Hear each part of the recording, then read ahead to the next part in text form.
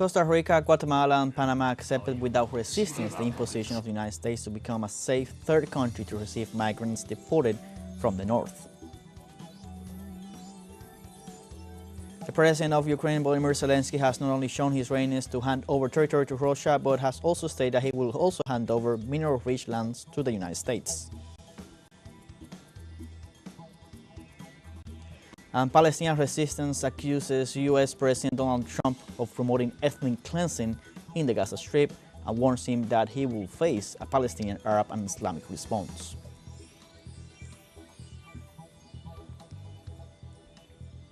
Hello, welcome to From the South. I'm Luis Alberto Matos from the teleSUR studios in Havana, Cuba. We begin with the news.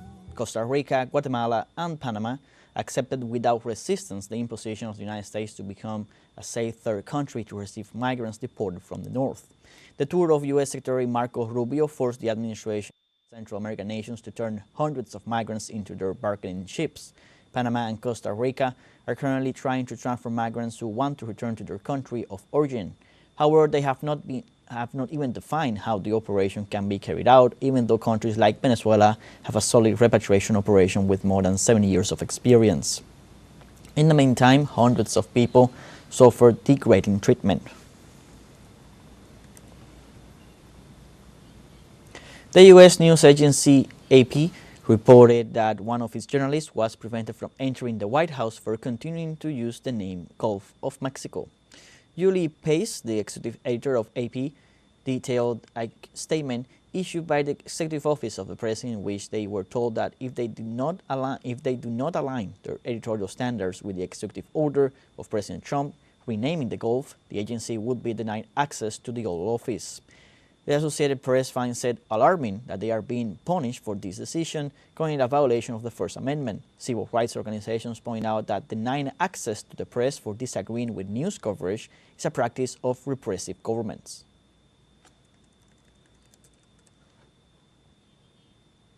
And in Mexico, the government continues to care for migrants after the cancellation of the CBP-1 program, which regulated entry into the United States. From a shelter in the capital, we have the following material.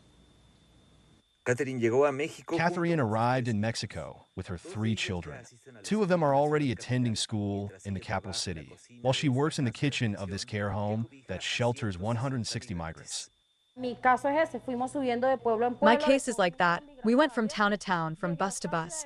Thank God we arrived here in Mexico City, and due to the restrictions of the neighboring country, the United States, we stayed here. Because I think that here in Mexico, they can also give me good opportunities for me and my children.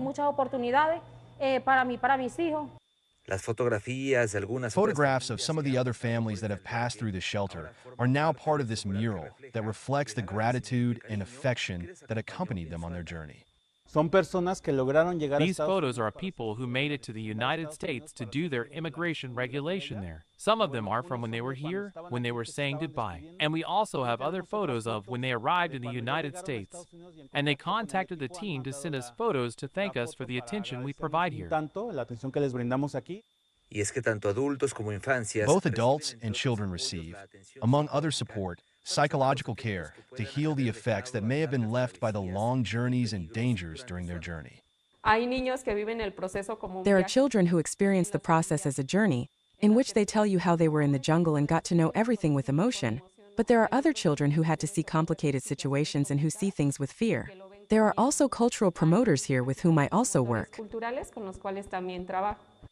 In addition to encouraging them to draw, paint, and play in the art laboratory, they're encouraged to participate in productive projects, like this one in which plastic bottles, also known as PET bottles, are recycled, while they're taught about coexistence and family unity through the germination of seeds.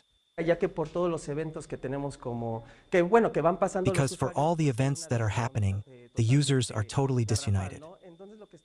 What we are doing is that with this small element of union, we are promoting care and inclusion.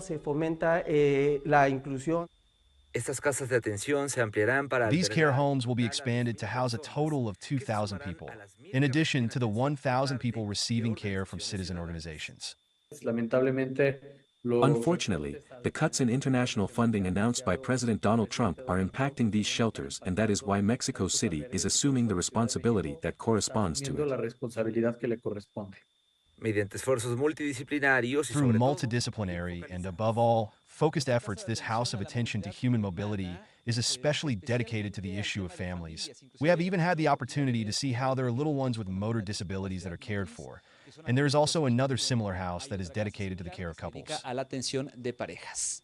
En la Cámara, Ricardo Martínez, Daniel Rosas, Telesur, Ciudad de México. In Ecuador, the Citizens' Revolution becomes the first legislative force 1 seat ahead of the ruling party.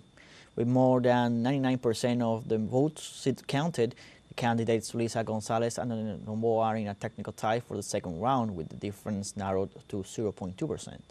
In third place is candidate of the Pachacutic movement, Leonidas Issa, with around 5%, whose electoral support is considered crucial in deciding the April ballot. In the midst of this scenario, the Citizens' Revolution movement won 67 assembly members, achieving a simple majority in parliament over the 66 seats won by Daniel Noboa's political formation.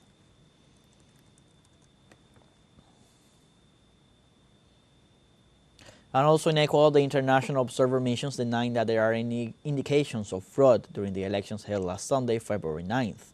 On Tuesday, Noboa denounced irregularities in the vote count and claimed to have evidence of possible fraud that prevented him from winning with a higher number of votes.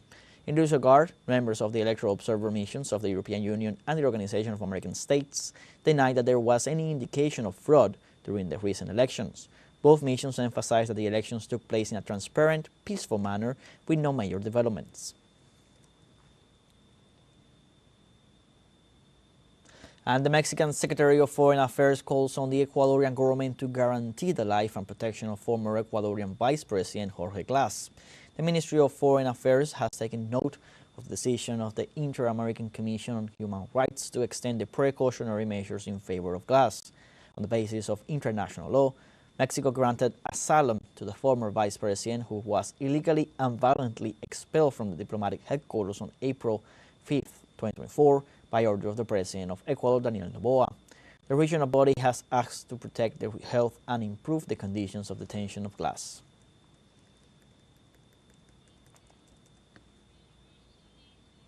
We now have a short break coming up, but first remember you can join us on TikTok at teleSUR English, where you'll find news in different formats, news updates, and much more.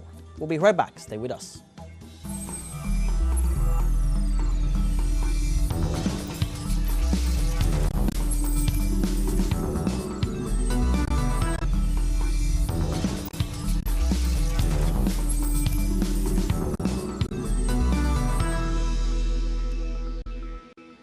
Welcome back. On February 6, the Bolivarian Republic of Venezuela denounced before the world an outrage against its sovereignty, the theft of a state-owned aircraft carried out by order of the U.S. Secretary of State with the complicity of the government of the Dominican Republic. Our correspondent in that country tells us more. This is the second Venezuelan aircraft that the Dominican government has retained in its territory and delivered to the United States. The delivery took place at the airport of La Isabela, Santo Domingo, in the presence of the U.S. Secretary of State, Marco Rubio, an act that, according to analysts, demonstrates the servility of the Luis Abinader administration towards the interests of Washington. In the case of the two airplanes, we were talking about a double theft. The fact that it was handed over to someone else does not exempt guilt.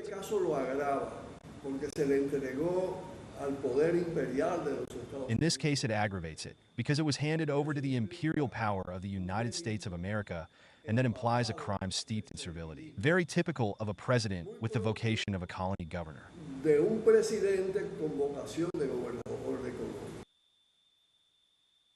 Analysts state that the delivery of the aircraft to the United States not only violates international law, but also exposes the submissive position of the Dominican government in the face of Washington's pressures.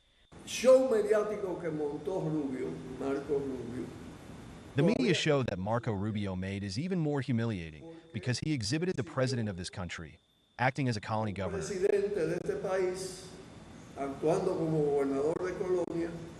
Handing over the airplane to the United States of America is a form of humiliation. To accept that is very typical of colonial governors. Aceptar eso es muy propio de gobernadores de colonia. El contexto de este acto se inscribe en una estrategia de agresión. The context of this act is part of a strategy of permanent aggression against Venezuela, which has intensified after the recent elections in the South American country. Various countries and media outlets have tried to legitimize these actions with a fierce disinformation campaign. After the elections held in Venezuela, where there was a media campaign by the United States and its allies, and the Dominican Republic is not exempt from that, we know that the Dominican government has handled its foreign policy in a way that is very bad. Sabemos que el gobierno dominicano se ha manejado de una manera, su política exterior de una manera muy mal, yo desde mi punto de vista. From my point of view, I see it that way because it has not been a government that instead of looking for solutions, what it is doing is aggravating the problem. I always give as an example the doctrine that Mexico has in its foreign policy of not interfering in the internal affairs of other nations, and yet it is looking for solutions and dialogue to solve the same. Más sin embargo, buscar soluciones y el diálogo para dirimir lo mismo. Recientemente, el presidente dominicano en su rueda de prensa. Recently, during his weekly press conference, the Dominican president was asked about the seizure of the second Venezuelan airplane, but he limited himself to blaming a U.S. court without further details. Dentro del marco de la visita confiscó un avión a PDVSA. A plane was confiscated from Venezuela. We know the U.S. justification for the confiscation, but we want to know what was the protocol that the country used to confiscate the aircraft from the U.S. A los Estados Unidos de esa aeronave. They filed a lawsuit in court, and there was a judge's order. That was the legal procedure that was followed. El secretismo y falta de transparencia sobre the secrecy and lack of transparency regarding the confiscation of Venezuelan state-owned airplanes in the Dominican Republic has not only been applied in this case. The same happened with the first airplane, where the Dominican foreign minister assured that neither the public prosecutor's office nor the Dominican government participated in the investigation. En el día de hoy, 2 de septiembre, se recibió una nueva orden. Today, September 2nd, a new court order was received authorizing the delivery of the aircraft to the requesting state. Requirente, es decir, a Estados Unidos. Y por lo tanto, el Ministerio Público, in this case, the United States, and therefore the Public Prosecutor's Office delivered the aircraft and the U.S. government transferred it to its country. Neither the Dominican government nor the Public Prosecutor's Office have participated in the investigation process of the United States. El proceso de investigación de Estados Unidos. Solamente se requirió esa cooperación. Only this international legal cooperation was required, and since the indicated norms were complied with and judicial orders were obtained, the Public Prosecutor's Office complied with what was ordered by the courts. El Ministerio Público cumplió con lo ordenado por los tribunales. Para analistas, lo que hoy se presenta como For analysts, what is presented today as a simple confiscation is, in reality, a new episode of the economic and political war against Venezuela. Meanwhile, the Bolivarian government reiterates its rejection of these actions and calls on the international community to condemn this new violation of its sovereignty. Para TeleSUR, Daisy Toussaint, República Dominicana. And Leslie Voltaire, president of the Haitian Interim Council, announced that she would bring to justice all those responsible for destabilizing the country.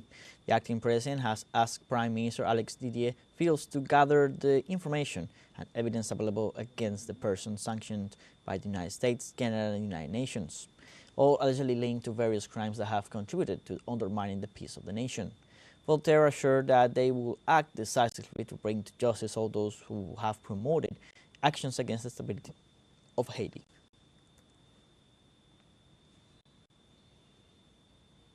And the Federation of Cuban Women has expanded the legal, judicial, and social framework for the protection of girls, adolescents, and women on the island through the support for the National Response to Gender-Based Violence project. The initiative, sponsored by the United Nations Population Fund and the Canadian Embassy, responds to the national priority of ensuring a comprehensive and integrated response for the prevention and effective response to gender-based violence.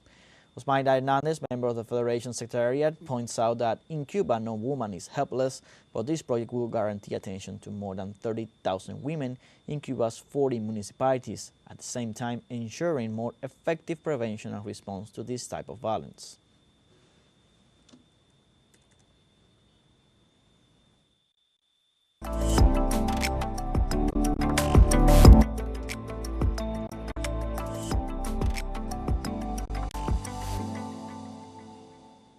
In the early hours of Wednesday morning, the Cuban Institute of Music confirmed the death of national singer-songwriter Eduardo Sosa. On February 3rd, Sosa suffered a hemorrhagic stroke, and after several days of illness, he passed away on Wednesday, February 12th, at the age of 52. The news was confirmed by the Cuban Institute of Music, while underlining that the Cuban singer died after several days in a critical state due to the stroke. Sosa, known for his ability to fuse the trova tradition with contemporary elements, dedicated his life to the promotion of Cuban art and to the defense of its legacy. Cuban music has lost a great exponent, but his memory will be celebrated in every chord and in every note that resounds on the island and beyond.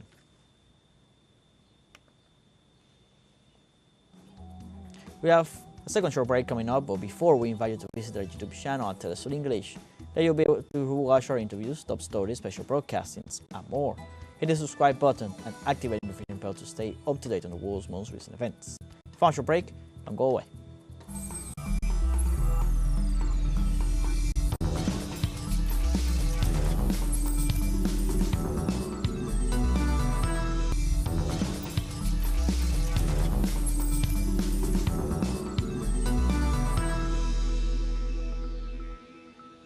Welcome back.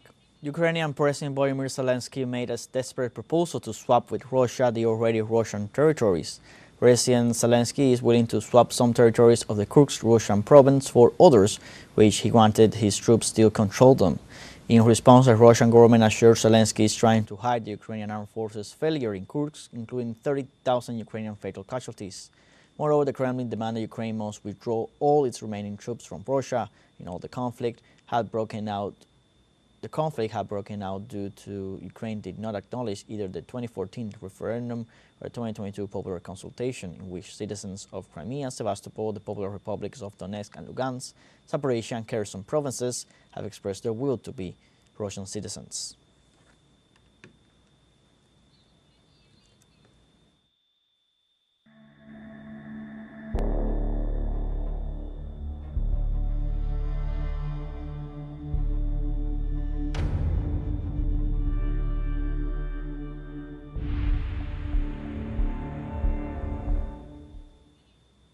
And the Palestinian resistance accuses U.S. President Donald Trump of promoting ethnic cleansing in the Gaza Strip and warns him that he will face a Palestinian, Arab and Islamic response. In this way, Hamas responds to the White House plan, which they describe as racist, and point out that its only objective is to eliminate the Palestinian cause. President Trump has said that the people of Gaza will go to a third country and will return to a reconstructed Gaza administered by Washington. Hamas assures that these plans will clash with a solidly unified Palestinian, Arab and Islamic resistance. They also reaffirmed their commitment to the ceasefire and recalled that it is Israel that has violated the agreement.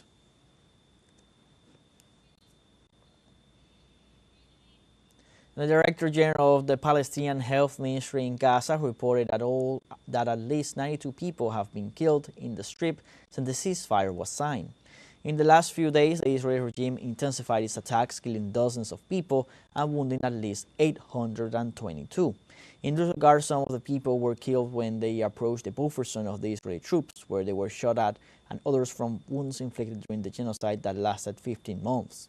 It should be noted that a ceasefire was signed between Israel and Hamas on January 19th, in which it was agreed that the hostages held by the Palestinian resistance movement would be released in exchange for Palestinians held hostage in Israeli prisons, and it was also agreed that Israel would withdraw from the Palestinian territory. In other news, in the Democratic Republic of the Congo in Bukavu, medical personnel prepare for the influx of injured due to fighting between the armed group M23 and the National Armed Forces. East of the country, Bukavu is the capital of the province of South Kivu, where a hospital has reported that it is asking for blood donors. As part of its preparedness for medical assistance as fighting between fighters of the M23 movement and the Congolese army began, ending a brief truce in the conflict. The director of the Bukavu Provincial Hospital said that the blood donation is requested by the Congolese Medical Center in order to be able to treat patients from both North and South Kivu.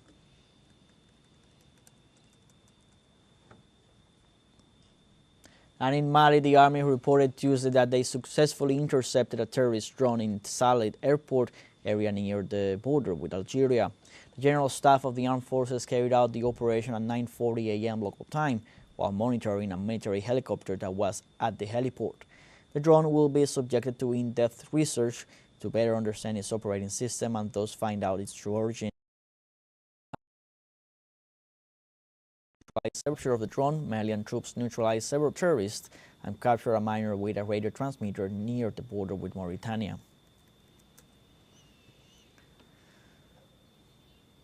And in France, the third edition of the Summit for Action on Artificial Intelligence ended on Tuesday in Paris. The final declaration expresses the need for artificial intelligence with a humane approach. The United States and the United Kingdom did not sign it. Over 100 countries took part in the summit. The gathering aimed to translate the debate on artificial intelligence into concrete actions.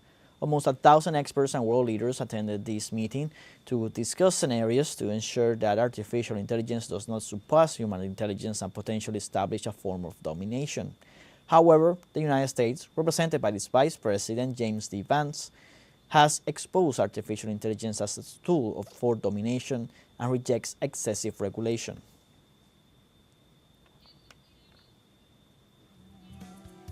We have come to the end of this news brief. You can find these and many other stories on our website at telesurenglish.net.